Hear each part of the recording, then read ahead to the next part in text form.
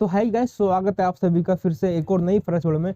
Guys, जिस तरीके से गवर्नमेंट जॉब पाने के लिए लोग एग्जाम देते हैं, कंपनी में जॉब पाने के लिए लोग एग्जाम देते हैं, इंटरव्यू देते हैं, सेम उसी तरीके से ना जो एक्टर बनना चाहते हैं ना उन्हें ऑडिशन देना पड़ता है। जो टीवी सीरियल में जो एक्टर काम करते हैं, जो फिल्म में एक्टर काम करते हैं, वो ऑडिशन देते हैं। ऑडिशन को पास करने के बाद, ऑडिशन में सिलेक्शन होने के बाद आप उन्हें एक बड़े पर्दे पर देख पाते हो।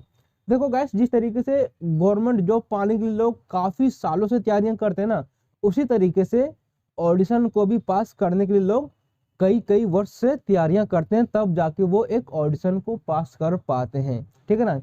तो अब सवाल ये है कि आखिर ऑडिशन में होता क्या क्या है ना।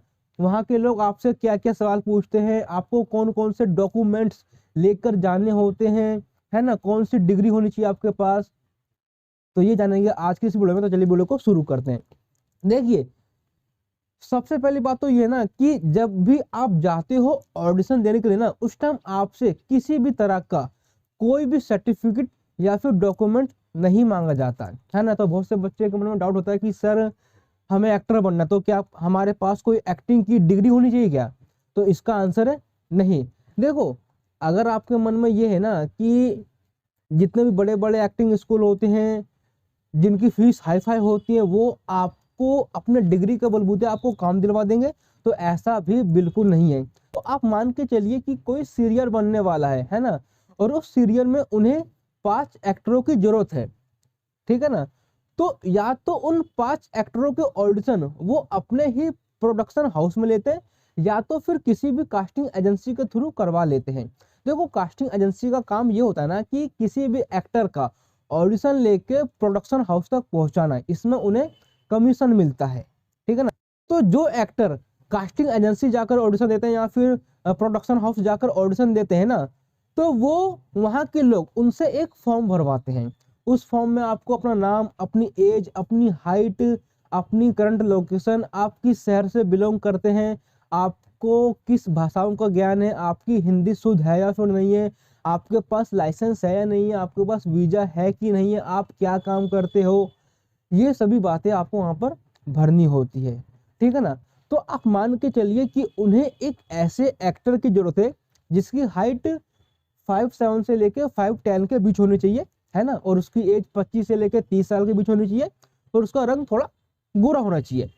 तो अगर आप वहां पर जाते हो और आप इस करेक्टर में फिट होते हो, यानी कि आपकी हाइट भी सेम है, आप गोरे भी हो और आपकी एज भी इसके बीच में है, तो फिर आपका ऑडिशन वो लोग लेते हैं।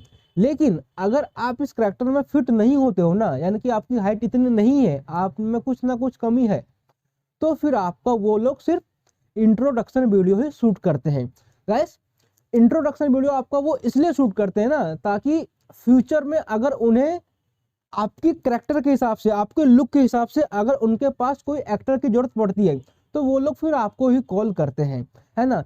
तो गाइस, इंट्रो वीडियो देते किस तरीके से हैं, क्या क्या लोग गलतियां करते हैं, क्या क्या आपको बोलना होता है, क्या क्या आपको बोलना नहीं होता है, उसके लिए आप हमारी इस वाली वीडियो को देख सकते हैं, जहाँ पे हमने आपको स्टेप बाय स्टेप सब कुछ समझा रखा है। तो इस वाली वीडियो का लिंक मिल जाएगा आपको डिस्क्रिप्शन में, आप जाकर देख सकते हो। तो आप मान के चलिए कि अगर आप इस कैरेक्टर में फिट होते हैं, यानी कि आपकी हाइट भी सेम है, आपका हर चीज आप इसमें मैच करते हो, तो फिर वो लोग आपका ऑडिशन वीडियो शूट करते हैं। देखो, वो लोग ना आपको एक देते हैं स्क्रिप्ट, उस स्क्रिप्ट में कुछ डायलॉग लिखे होते हैं, 1 या फिर 2 पन्ने को, उसी करेक्टर के हिसाब से। तो फिर आपको वो स्क्रिप्ट पढ़नी होती है, आपको उस डायलॉग को याद करना होता है, आपको समझना होता है कि वो करेक्टर क्या है ना, उसको आपको किस तरीके से बोलना है। आपको टाइम मिलता है, ऐसी बात नहीं है, आपको 1-2 घंटे का टाइम मिलता है, 3-4 घंटे का भी टाइम आप ले सकते हो, लेकिन जितनी जल्दी आप याद करके वीडियो दोगे उतना आपके लिए फायदेमंद होगा। तो आपको वहां पर टाइम मिलता है, इसकी कोई भी दिक्कत नहीं है कि सर टाइम की कमी है, टाइम की कमी होती है तो हम याद नहीं कर पाते, ऐसा बिल्कुल भी नहीं है, आपको टाइम मिलता है। तो आपको वो स्क्रिप्ट याद करने के बाद वो लोग आपको ऑडिशन रूम में ले जाते हैं। वहां पे सबसे पहले वो लोग आपका इंट्रोडक्शन वीडियो ही शूट करते हैं, इसलिए इस वाली वीडियो को देखना बहुत जरूरी है। तो पहले वो आपका इंट्रोडक्शन वीडियो शूट करते हैं, फिर वो लोग आपका ऑडिशन वीडियो शूट करते हैं। ऑडिशन वीडियो में जो सी स्क्रिप्ट आपने याद करी थी, जो आपने डायलॉग याद करे थे, वही आपको कैमरे के सामने बोलना होता है। उस करेक्टर के हिसाब से। देखो जिस भी करेक्टर के लिए आपने ऑडिशन दिया ना, उसी सेम करेक्टर के लिए कम से कम 100 से 150 बच्चे ऑडिशन देते हैं। यानी कि जिस स्क्रिप्ट को आपने याद करा ना, जो सेम डायलॉग आपने याद करे वही सेम डायलॉग कम से कम 100 से 150 200 बच्चे याद करते हैं और कैमरे के सामने जाकर बोलते हैं। तो इतना भी आसान नहीं होता है, और उन 100 150 में ना सिर्फ एक का ही सिलेक्शन होता है। तो गैस इतना भी आसान नहीं होता है। तो अगर आपको ये जानना है कि सिलेक्शन कैसे होता है, ऑडिशन देने के बाद क्या क्या प्रोसेस होता है, तो उसके लिए आप हमारी इस वाली वीडियो को जाकर देख सकते हैं, जहां पर हमने आपको कंप्लीट बता रखा है ऑडिशन देने के बाद का प्रोसेस। तो आई होप दोस्तों आपको ये वीडियो अच्छा लगा होगा, आपको समझ में आया होगा कि आखिर टीवी सीरियल के ऑडिशन किस तरह से होते हैं, है ना। आपसे वहां पे कौन सा सर्टिफिकेट मांगा जाता है, कौन सी डिग्री होनी चाहिए, तो इसका आंसर तो वैसे ना ही है, वो लोग आपसे कभी भी डिग्री या सर्टिफिकेट नहीं मांगते हैं।